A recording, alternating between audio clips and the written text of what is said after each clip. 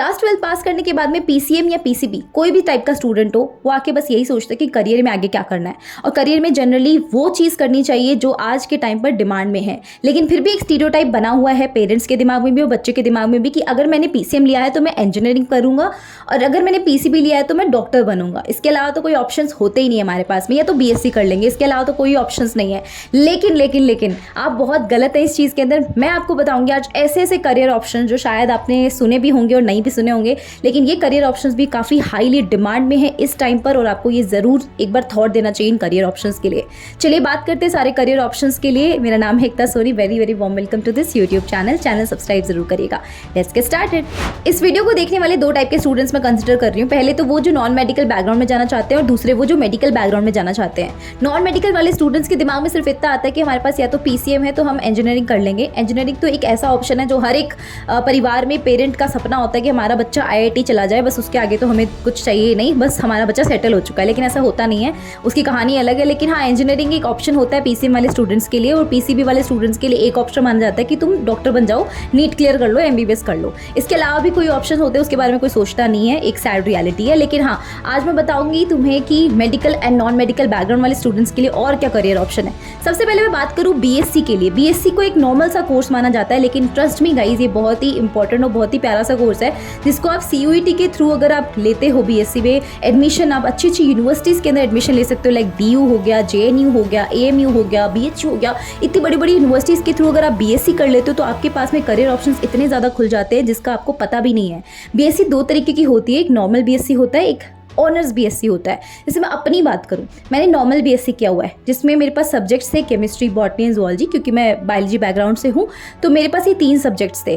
तो मेरे पास क्या होता है, नॉर्मल बीएससी के अंदर जब बीएससी करके हम एमएससी करते हैं, मतलब मास्टर्स करते हैं, तो हमारे पास इन तीनों सब्जेक्ट के हमारे पास छूट होती है कि भाई इन तीनों सब्जेक्ट में किसी भी सब्जेक्ट को चूज करके हम एमएससी कर सकते हैं उस पर्टिकुलर सब्जेक्ट में। लेकिन जो बीएससी ऑनर्स करता है ना, वो एक पर्टिकुलर सब्जेक्ट में ही स्पेशलाइजेशन ले रहा होता है। तो मान लो अगर मैंने ऑनर्स किया होता, मैंने जूलॉजी में ही ऑनर्स करना होता या बॉटनी में ही करना होता, मतलब कहने का मतलब है कि एक ही पर्टिकुलर सब्जेक्ट को आपको चूज करना होता है और उसी में आपको अपना कोर्स परस्यू करना पड़ता है। और उसके बाद में तुम करो मास्टर्स, तो मास्टर्स भी तुम्हें फिर उसी सब्जेक्ट में ही करना होता है जिसमें तुमने बीएससी ऑनर्स किया है। तो ऑनर्स के कुछ फ़ायदे भी होते हैं, नुकसान भी होते हैं, वो एक अलग बात है। लेकिन हाँ, ऑनर्स और नॉर्मल बीएससी में यही फ़र्क होता है। और ये ऑनर्स और नॉर्मल बीएससी आप बहुत अच्छी अच्छी यूनिवर्सिटी जैसे कि डीयू से कर सकते हो। डीयू से करने के बाद में भाई तुम्हारे पास इतनी अपॉर्चुनिटीज़ मिल जाती हैं, तुम रिसर्च एरियाज़ में जा सकते हो, not from DU only, but हाँ, बीएससी और एमएससी करने के बाद तुम रिसर्च एरियाज़ में जा सकते हो, तुम टीचिंग फील्ड में एंटर कर सकते हो, तुम CSIR नेट का एग्ज़ाम दे सकते हो आगे जाके, ताकि तुम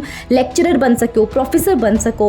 उसके बाद में तुम रिसर्चर भी बनना चाहते हो तो वो भी बन सकते हो आफ्टर डूइंग मास्टर्स, राइट। तो ये करियर अपॉर्चुनिटीज़ होती हैं। अब बीएससी भी ऐसा नहीं कि हमने नॉर्मल कर लिया और हमें पता नहीं कि बीएससी के कौन कौन से एरियाज़ होते हैं। बीएससी तुम माइक्रोबायोलॉजी में कर सकते हो अगर बायोलॉजी बैकग्राउंड के हो, माइक्रोबायोलॉजी में, साइकोलॉजी के अंदर जिसकी सबसे ज़्यादा डिमांड है। साइकोलॉजी के लिए हमारे इंडिया के अंदर अब बहुत ज़्यादा बड़ा क्राउड है हमारे पास में इंडिया के अंदर, क्योंकि काफ़ी लोगों को डिप्रेशन होता है। तुम खुद अपने आप को देखो कि कितना टाइम हमारे पास ऐसा आता है, कितने दिन ऐसे आते हैं एग्जाम के अंदर जब हमें बहुत डिप्रेस फील हो रहा होता है। तो साइकोलॉजिस्ट की उस टाइम पर रिक्वायरमेंट होती है। तो साइकोलॉजी में बीएससी करना एंड उसके बाद उसमें मास्टर्स करना, उसके बाद में उसमें मास्टरी हासिल करना और लोगों को बिल्कुल मोटिवेट करना, ये बहुत ही ज़्यादा इंटरेस्टिंग है और इसमें तुम बीएससी भी कर सकते हो, ठीक है। तो बीएससी साइकोलॉजी हो गया, बीएससी माइक्रोबायोलॉजी हो गया, फूड टेक्नोलॉजी हो गया जो कि बहुत ही उभरता हुआ फील्ड है, बायोटेक्नोलॉजी जो कि बहुत ही ज़्यादा उभरता हुआ फील्ड है।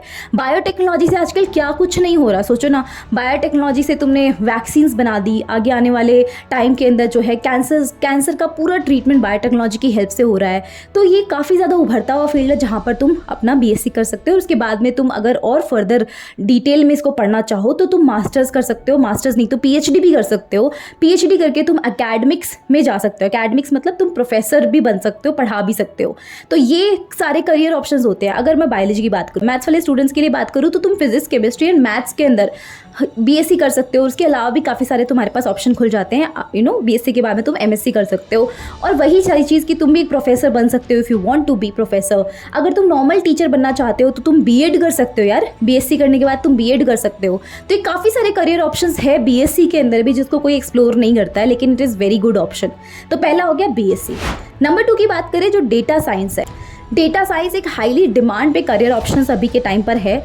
इसके थ्रू आप डेटा साइंटिस्ट बन सकते हो। जितने भी आज के टाइम पर आपने शार्क टैंक देखा होगा, नहीं देखा हो तो मतलब क्या देखा फिर तुमने, शार्क टैंक तो देखो ताकि तुम्हारी बिजनेस नॉलेज बढ़ सके। और अगर तुमने देख रखा है तो मुझे कमेंट्स में ये ज़रूर बताना कि तुम्हारा फेवरेट शार्क कौन सा है। तो ये शार्क टैंक तुमने देखा होगा तो तुम्हें पता है कि बहुत सारे लोग आते हैं अपने बिजनेस की पिचेस को लेकर, वो अपने डेटास को बता रहे होते हैं। अपने बिजनेस को स्केल करवाने के लिए डेटास का बताना ज़रूरी है, डेटा करेक्ट होना ज़रूरी है। तो इसके पीछे ना डेटा साइंटिस्ट का हाथ बहुत बड़ा होता है। बिजनेस को स्केल करवाने में डेटा साइंटिस्ट का हाथ बहुत बड़ा होता है। तो यहाँ पर डेटा साइंटिस्ट रोल में आते हैं। और आपको पता है हमारी कंट्री में इतने सारे एंटरप्रेन्योर्स बन रहे हैं। आप भी एंटरप्रेन्योर बन सकते हो। अगर आपको किसी भी पर्टिकुलर चीज़ का आइडिया आ रहा है, उसके ऊपर काम करना चाहते हो तो एंटरप्रेन्योर बन सकते हो, that is another thing. But हाँ, डेटा साइंटिस्ट आप बन सकते हो after doing BSc in computer sciences. Because data scientist बनने के लिए आपको मैथमेटिक्स का, स्टैटिस्टिक्स का एंड कंप्यूटर्स का नॉलेज होना बहुत ज़रूरी है। तो अगर आपके पास कंप्यूटर साइंस है, मैथमेटिक्स है, तो आप डेटा साइंस की तरफ जा सकते हो। ठीक है, तो ये एक बहुत अच्छा फील्ड हो सकता है। वीडियो में आगे बढ़ने से पहले मैं तुम्हें एक इंपॉर्टेंट इशू के बारे में बताऊँ। बहुत से स्टूडेंट्स को ये तो पता होता है कि उनको करियर में क्या करना है। हो सकता है तुमने करियर भी चूज कर लिया हो, लेकिन ये नहीं पता होता कि इस करियर को परस्यू करने के लिए हमें कौन से कॉलेज या कौन सी यूनिवर्सिटी में एडमिशन ले लेना चाहिए। सीयूईटी का फॉर्म तो लगा दिया है, जेई का फॉर्म तो लगा दिया, लेकिन इसके आगे कौन सी यूनिवर्सिटी अच्छी हो सकती है, कौन सी कॉलेज अच्छी हो सकती है हमारे लिए जिसमें हम जाके एडमिशन ले। अब इसके लिए बहुत से स्टूडेंट्स क्या करते हैं कि अपने सीनियर्स को फ़ोन करते हैं या अपने कोई आसपास के किसी जानकार से जानकारियाँ लेते हैं। वो भी ऑथेंटिक नहीं जानकारियाँ होती है, उनको प्रॉपर नॉलेज नहीं मिलता है और फिर वो जाके कॉलेज में चले जाते हैं और उसके बाद में उनको काफ़ी सारी चीज़ें नई पता चलती हैं। लेकिन क्या हो कि अगर आपको एक कॉलेज, उस कॉलेज का रिप्रेजेंटर आकर ही आपको सारी बातें बता दे कि हमारा कॉलेज ऐसा है, ये सारी फैसिलिटीज़ हैं, दैट साउंड्स गुड, राइट। कौन से कॉलेज में एडमिशन ले, इस डिसीजन को आसान बनाने के लिए कॉलेज दुनिया लेकर आ रहा है इंडिया का बिगेस्ट एजुकेशन फेयर, जो कि प्रगति मैदान में 20th and 21st अप्रैल को होने वाला है। प्रगति मैदान न्यू दिल्ली के अंदर हॉल नंबर 11 में। प्लीज़ ज्वाइन ज़रूर करिएगा। वहाँ पर आपको क्या मिलेगा, 1-to-1 काउंसलिंग सेशंस मिलेंगे। किसके साथ? टॉप जो 75 यूनिवर्सिटीज़ होती हैं, उन यूनिवर्सिटी के रिप्रेजेंटर वहाँ पर आए होंगे इस इवेंट के अंदर, जहाँ पर आप उनसे बिल्कुल 1-to-1 बात कर सकते हैं। ऑन स्पॉट आप एडमिशन करवा सकते हैं इफ़ यू वांट। पूरी नॉलेज ले सकते हैं कॉलेज के बारे में, बिल्कुल शांति और तसल्ली के साथ ऑथेंटिक नॉलेज ले सकते हैं। कहीं आपको कोई टाइम वेस्ट नहीं होगा। फ्री साइकोमेट्रिक टेस्ट मिलेगा और तो और 100% तक की स्कॉलरशिप भी मिलेगी। मतलब भाई मैं होती तो पक्का जाती। Pragati Maidan hall number 11 new Delhi, 20th and 21st अप्रैल को ये इवेंट कंडक्ट करवाया जा रहा है। बहुत ही बड़ा इवेंट है, जाइएगा ज़रूर। लास्ट ईयर भी 7000 से ज़्यादा स्टूडेंट्स ने इसका फ़ायदा उठाया था। आप भी जाइए, फ़ायदा उठाइए और ये तय करो कि कौन से कॉलेज में एक्चुअली में एडमिशन लेना है। आसपास के जो लोग होते हैं उनसे ज़्यादा इन्फॉर्मेशन मत लो, डायरेक्ट उस इंसान से बात करो जिस इंसान से तुम्हें बात करनी चाहिए, मतलब करियर काउंसलर से बात करो 1-to-1 बिल्कुल, ठीक है। तो इसके लिए तुम ज़रूर पार्टिसिपेट करना। 20th and 21st April Pragati Maidan new Delhi hall number 11। College दुनिया का एक बहुत बड़ा इवेंट है, ज़रूर पार्टिसिपेट करिएगा।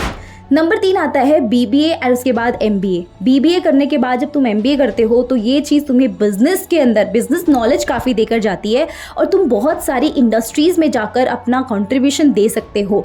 एमबीए तुम आईआईएम जैसे प्रेस्टीजियस इंस्टीट्यूट से भी कर सकते हो। बड़ी बड़ी कंपनीज़ में तुम फाइनेंस मैनेजर, एचआर मैनेजर, बहुत सारे टाइप की जॉब अपॉर्चुनिटीज़ वहाँ पर होती है with a very good high package के साथ में होती है। तो मैं बता रही हूँ MBA is a very good option अगर आप परस्यू करना चाहते हैं, बिजनेस में थोड़ा भी नॉलेज है, थोड़ा भी आपका मन है तो ज़रूर आप बीबीए के बाद एमबीए परस्यू करिए। Number 4 hotel management. Hotel management अभी के टाइम पर इंडिया में उभरता हुआ एक फील्ड है, जहाँ पर तुम्हें अगर ट्रैवल टूरिज्म में इंटरेस्ट है, तुम शेफ़ बनना चाहते हो, तुम्हें कुकिंग स्किल्स बहुत अच्छी से आती है, तुम और इसमें अच्छे से एक्सप्लोर करना चाहते हो, तो hotel management will be a very very good option for you. इसकी तरफ भी तुम जा सकते हो। नंबर 5 है लॉयर बनना। भाई लॉयर जो होता है ना, 2 तरीके से बन सकते हो। या तो तुम एलएलबी कर लो।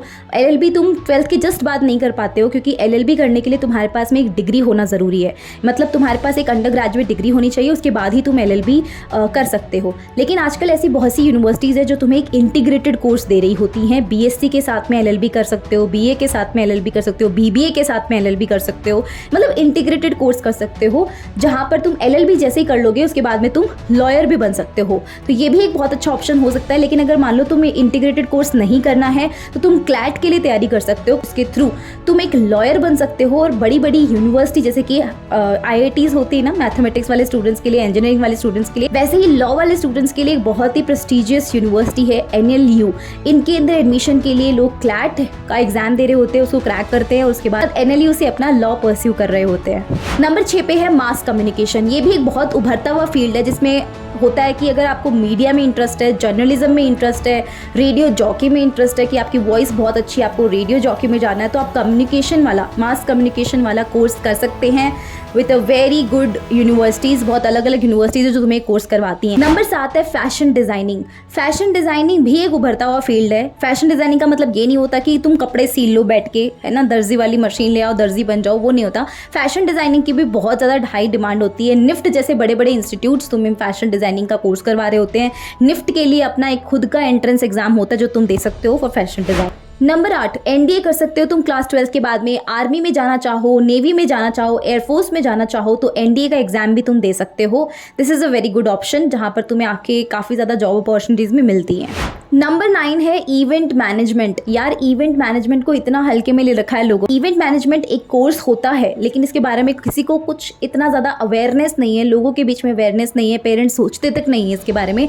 लेकिन बहुत से लोग होते हैं जिनको इवेंट मैनेजमेंट में काफ़ी इंटरेस्ट होता है, जैसे कि शादियाँ होती हैं, पार्टीज़ होती है, कॉन्सर्ट होते हैं, वहाँ की इवेंट को मैनेज करने वाला कोई बंदा चाहिए होता है। तो यहाँ वो काफ़ी अच्छे पैसे भी कमाते हैं। मैं लेट मी टेल यू, मेरे कुछ फ्रेंड्स हैं जो इवेंट मैनेजमेंट करते हैं। That is a very good option to earn money. ये तो कुछ करियर ऑप्शंस थे नॉन मेडिकल बैकग्राउंड वाले स्टूडेंट्स के लिए। अब बात करते हैं मेडिकल बैकग्राउंड वाले स्टूडेंट्स के लिए क्या करियर ऑप्शंस हो सकते हैं, जो मेडिकल फील्ड में ही जाना चाहते हैं और देश को सर्व करना चाहते हैं एज अ डॉक्टर या किसी भी वे में मेडिकल फील्ड में करना चाहते हैं।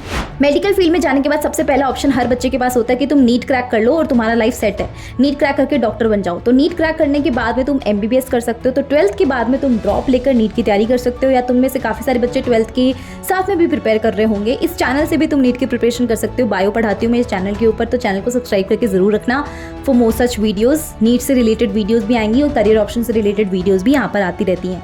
तो यहाँ पर सबसे पहले नीट की बात करें तो नीट काफ़ी सारे स्टूडेंट्स देते हैं। मोर देन 25 लाख इस साल अपीयर हो रहे हैं स्टूडेंट्स, और इसके अंदर कोई एज लिमिट वगैरह नहीं होती। इसके थ्रू तुम डॉक्टर बन सकते हो, MBBS तुम कर सकते हो सरकारी या प्राइवेट कॉलेजेस के थ्रू। प्राइवेट कॉलेजेस की फीस बहुत ज़्यादा हाई होती है, इसलिए लोग सरकारी कॉलेजेस को ज़्यादा प्रेफर कर रहे होते हैं, और सरकारी कॉलेजेस में ज़्यादा फैसिलिटीज़ भी तुम्हें मिल रही होती हैं और काफ़ी सारी चीज़ें सरकारी कॉलेजेस में प्लस पॉइंट होता है। वो एक अलग टॉपिक है जिसके ऊपर कभी और बात करेंगे अपन। If you want me to make video on this topic please do let me know in the comment section, I will definitely make that video. सरकारी कॉलेज से MBBS सीट उठाना is a very tough task, but हाँ अगर आपने MBBS कर लिया है यहाँ से, MBBS करने के बाद में तुम करते हो अपनी PG करके तुम MS या MD करते हो, उसके बाद में तुम सुपर स्पेशलिस्ट करते हो, और ये सब करने के बाद में अगर तुम पहली बार में एग्ज़ाम निकालते रहते हो तो तुम्हें 10 साल लग जाते हैं एक पर्टिकुलर डॉक्टर बनते हुए। तो पढ़ते पढ़ते बाल सफ़ेद हो जाते हैं, पढ़ते पढ़ते दिमाग ख़राब हो जाता है, लेकिन हाँ उसके बाद में उतना ही सोना तुम्हें मिल रहा होता है, चांदी मिल रही होती है कि भाई तुम्हारे पास अंधा पैसा होता है, पैसे की कोई कमी नहीं होती है। तो doctors are earning really well. अगर तुम खुद का भी अपना क्लिनिक सेटअप करते हो तो भी बहुत अच्छी चीज़ हो जाती है। तो 5.5 साल का MBBS का कोर्स होता है, उसके बाद में तुम्हें नीट PG का एग्ज़ाम देकर तुम्हें PG परस्यू करनी होती है, MS या MD जो 3 साल की होती है, और उसके बाद में 2 साल का जो तुम्हें सुपर स्पेशलाइजेशन करना होता है वो अलग होता है। उसके लिए तुम्हें नीट SS यानी नीट सुपर स्पेशलाइजेशन का एग्ज़ाम देना होता है। तो इस तरीके से 3 टेस्ट हो जाते हैं अभी, NEET UG, NEET PG, NEET SS। 3 exam देने के बाद में आप एक पर्टिकुलर डॉक्टर बन जाते हैं। लेट्स सपोज तुम स्किन स्पेशलिस्ट बनना चाहते हो, या गायनिकोलॉजिस्ट बनना चाहते हो, कार्डियोलॉजिस्ट बनना चाहते हो, तो ये सारे स्टेप्स के थ्रू तुम्हें गुजरना पड़ेगा। उसके बाद तुम खुद की क्लिनिक भी खोल सकते हो। लेकिन अगर मान लो तुम्हें MBBS करने के बाद में नीट PG करके MD या MS नहीं बनना, तो तुम MBBS करने के बाद में IIT से MTech कर सकते हो। MTech करने का फ़ायदा ये हो जाता है बायोटेक्नोलॉजी फील्ड के अंदर, क्योंकि देखो बायोटेक्नोलॉजी में रिसर्च लगेगी, और अगर तुम्हें रिसर्च फील्ड में ज़्यादा इंटरेस्ट है तो तुम MBBS के बाद भी कर सकते हो, और अगर तुम्हें MBA करना है तो वो भी तुम MBBS के बाद कर सकते हो। तो MBA का तो कुछ ऐसा नहीं है कि तुम BCom वाले स्टूडेंट्स कर सकते हैं, BA वाले कर सकते हैं, MBBS वाले कर सकते हैं, IIT वाले कर सकते हैं। जिसके पास में भी एक डिग्री होती है UG की या ग्रेजुएशन डिग्री, उसके बाद तुम MBA परस्यू कर सकते हो इफ़ यू वांट। दूसरा BDS, अगर MBBS में समहाउ एडमिशन नहीं होता तो BDS में एडमिशन ले सकते हो, जो कि डेंटल सर्जरी का कोर्स होता है, जहाँ पर तुम डेंटिस्ट बन सकते हो। अब आज के टाइम पर लोगों को ऐसा लगता है भाई डेंटिस्ट क्यों बनना है, लेकिन trust me guys, dentist are earning really well.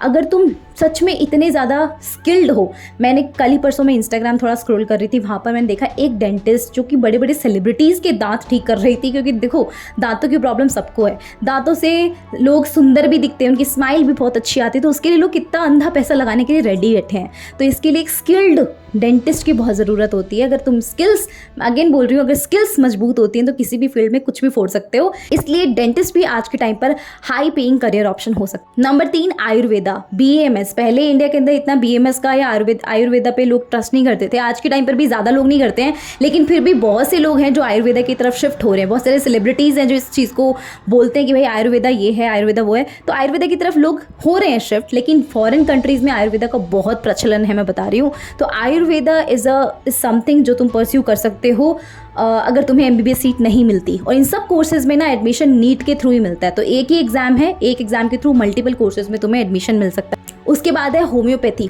Homeopathy पे भी लोगों को ऐसा लगता है यार ये तो ज़्यादा कोई हाई पेइंग करियर ऑप्शन नहीं होगा, लोग क्यों नहीं आएंगे, लेकिन ट्रस्ट मी, अगेन आपके अंदर स्किल्स हैं, आप किसी चीज़ को समझ जाते हैं बारीकी से, तो होम्योपैथी भी is also a very good option. कोई ज़रूरी नहीं कि MBBS वाले डॉक्टर ही अच्छा कमाते हैं, होम्योपैथी या आयुर्वेदिक वाले नहीं कमाते हैं। It all depends on you at the end of the day कि तुम क्या कर रहे हो, तुम्हारे अंदर कितनी स्किल्स है, तुम कितना ट्रस्ट बिल्ड कर रहे हो अपने पेशेंट्स के बीच में, दैट्स ऑल मैटर्स। उसके बाद नंबर 5 वेटनरी। भाई तुम्हें अगर जानवरों से बहुत ही प्यार है, मुझे तो बिल्कुल नहीं है, मुझे बहुत डर लगता है, लेकिन जानवरों से अगर प्यार है, तुमको लगता है कि यार मैं BVSC करना चाहता हूँ। BVSC का मतलब होता है वेटनरी कोर्स, अगर तुम करना चाहते हो जिसमें एडमिशन तुम्हें नीट के थ्रू ही मिलता है कुछ पर्टिकुलर मार्क्स के ऊपर, तो तुम वेटनरी के अंदर भी अपना बैचलर्स कर सकते हो। उसके बाद में तुम मास्टर्स भी परस्यू कर सकते हो इफ़ यू वांट। लेकिन हाँ, किसी भी हॉस्पिटल के अंदर तुम जाकर अपनी अच्छी से अच्छी जॉब कर सकते हो जहाँ पर तुम्हें बहुत ही डिसेंट मनी मिल जाता है। Number 6 BPT, physiotherapist. भाई फिजियोथेरेपिस्ट की कितनी ज़्यादा डिमांड होती है आजकल के टाइम पर।